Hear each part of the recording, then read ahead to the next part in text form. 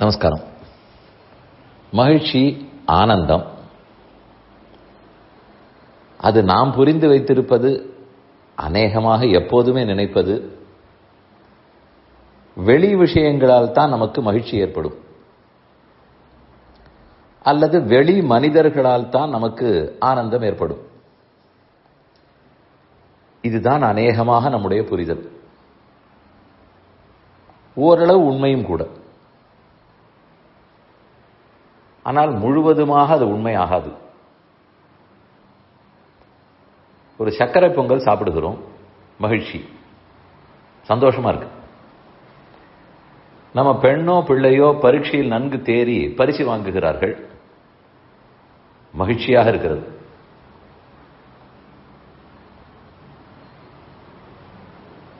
நமக்கு ரொம்ப நெருக்கமான ஒருத்தர் நல்ல பாட்டு கச்சேரி பண்ணுகிறார், கேட்டோம், எப்படி பாடினார், என்னமாக இருந்தது என்று ஆனந்தம். இப்படி ஒன்று வேறொருவராலே அவர் என்ன நமக்கு செய்கிறாரோ அது கண்டு ஆனந்தப்படுவோம், அல்லது வேறொரு பொருள், யாரேனும் ஒருத்தர் புதியதாக வீடு கட்டியிருக்கிறார், இவ்வளவு காலம் இருந்த வீட்டை விட இப்போது இது மிகவும் நன்றாக இருக்கிறது, வசதியாக இருக்கிறது, அந்த வீட்டுக்கு குடி போய் ஒரு மகிழ்ச்சி இருக்காதா? ஆனந்தம் தானே. புது வீடு, ஒரு 2 வீலர் வாங்கினார், 4 வீலர் வாங்கினார், ஆனால் மகிழ்ச்சி. ஒரு இடத்தை போய் சுத்தி பார்த்தோம், காஷ்மீர் போய் பார்த்துட்டு வந்தோம், இது நாள் வரை போனதில்லை, இப்ப பார்த்தோம், மகிழ்ச்சி.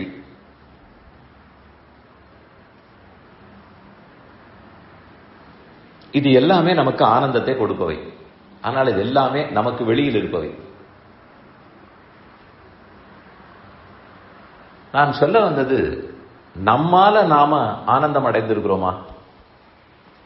வெளி விஷயங்களால் தான் நமக்கு ஆனந்தமா? நம்மால் நமக்கு ஆனந்தம் உண்டா? பார்வையை சற்று உள்நோக்கி திருப்புவதைத்தான் யோகம்னு சொல்லுகிறார்கள். யோகத்தின்படி பார்த்தால் வெளி விஷயங்களால தான் ஆனந்தம், இந்த எண்ணமே மாற வேண்டும். நம்மால் நமக்கு ஆனந்தம், நமக்குள்ளுரையும் பகவானால் ஆனந்தம். இதைத்தான் பிரத்யக்கிலே நோக்கம் கொள்வதுன்னு சொல்லுவார்கள், பராக்கு பார்க்காதது. ஏன் அப்படி? அதுக்கு ஒரு காரணம் இருக்காது. ஏன் வெளி விஷயங்களால் ஆனந்தப்பட்டால் என்னன்னு நீங்கள் கேட்கலாம். அது திடீர்னு தலகுப்புற விழுந்து விடலாம், வாய்ப்பு இருக்கிறது. சக்கரை பொங்கலால் ஆனந்தம் நன்றாக இருக்கும், சர்க்கரை வியாதி வரும் வரை. வந்தால் ஆனந்தமாகவா இருக்கும்?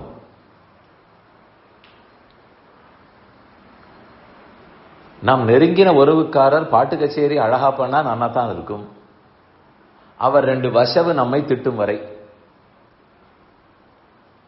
இதை போல எது நடந்தாலும், எதனால் நாம் மகிழ்ச்சி அடைந்தோமோ அது சற்றென்று வடிந்து போய்விடும், நிலைக்காது. அப்ப என்ன செய்ய? உள்ள முழுக்க வருத்தம் தான் மிஞ்சும்.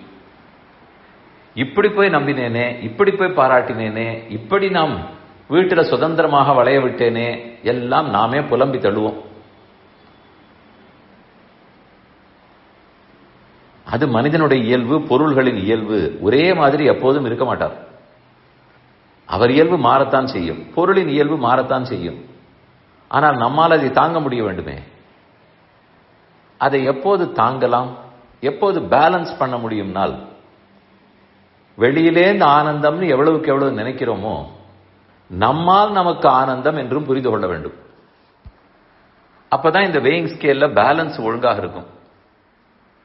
வெளியிலிருந்து ஆனந்தம் வராவிட்டாலும் நமக்குள்ள இருக்கும் ஆனந்தத்தை இழந்து விட மாட்டோம். அது என்ன? நம்மால் நாம் ஆனந்தப்படுவது, அதுதான் ரொம்ப நெருடல். தெரிந்து கொள்வதே சமமா தான் இருக்கிறது, சொல்லுவதும் சமம்தான். நம்மால் நாம் ஆனந்தம்னால், சாஸ்திரம் சொன்னபடிக்கு நாம் வாழ்ந்தால் அது ஒரு மிதமிஞ்சிய ஆனந்தத்தை கொடுக்கும்.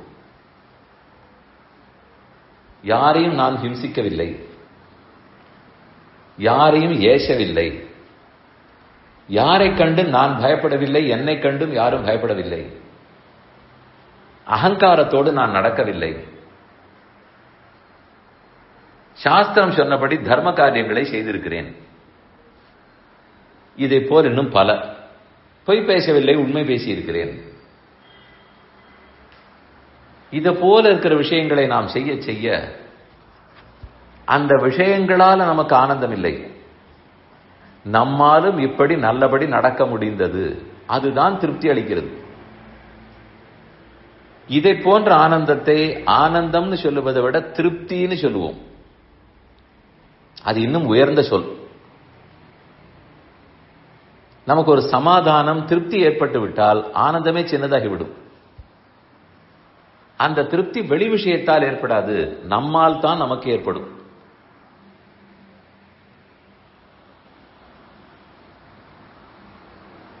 இந்த திருப்தியை யாரும் கெடுக்கவும் முடியாது. வெளியார் ஒருத்தருக்கு எத்தனை உதவினாலும் அவரால் நாம் மகிழ்கிறோம் நினைத்தால், அவர் ஏதாவது ஏசி விட்டார் என்றால் மொத்தம் வெடித்து போய்விடும். ஆனால் தர்ம சாஸ்திரம் சொன்னபடிக்கு நான் நடந்தேன், இன்னன்னாருக்கு உதவ வேண்டும்னு சொல்லிட்டு உதவினேன். அவர் எப்படி நடக்கிறார் என்பதை பற்றி எனக்கு கவலை இல்லை. நான் சாஸ்திரம் சொன்னபடிக்கு வாழ்ந்தேன், அகிம்சையோடு வாழ்ந்தேன். மரம் செடி கொடிகளுக்கு கூட என்னால் ஒரு ஆபத்தும் இல்லை, பண்ணவில்லை. யாரையும் ஏசவில்லை, தவறான சொற்களை பயன்படுத்தினதில்லை, ஆணவத்தோடு யாரையும் நடத்தினதில்லை, என் மனம் மொழி மெய்யாலே கெட்டது நினைத்ததில்லை. பொறுமை. கண்டபடிக்கு இந்திரியங்களை மேய விட்டதில்லை.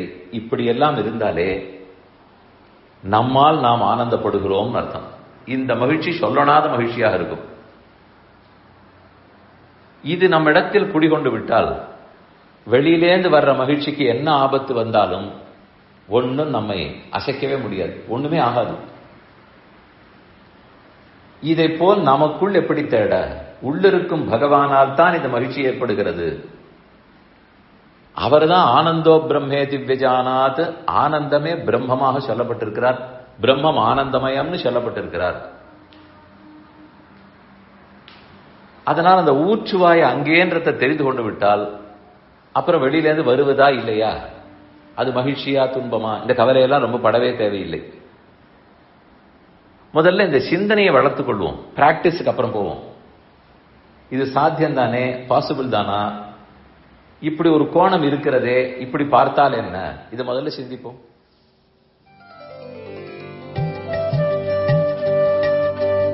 இந்த என் பணி ஆடியோவை உங்களுக்காக வழங்கியவர் வேலுக்குடி ஸ்ரீ கிருஷ்ணன் சுவாமி.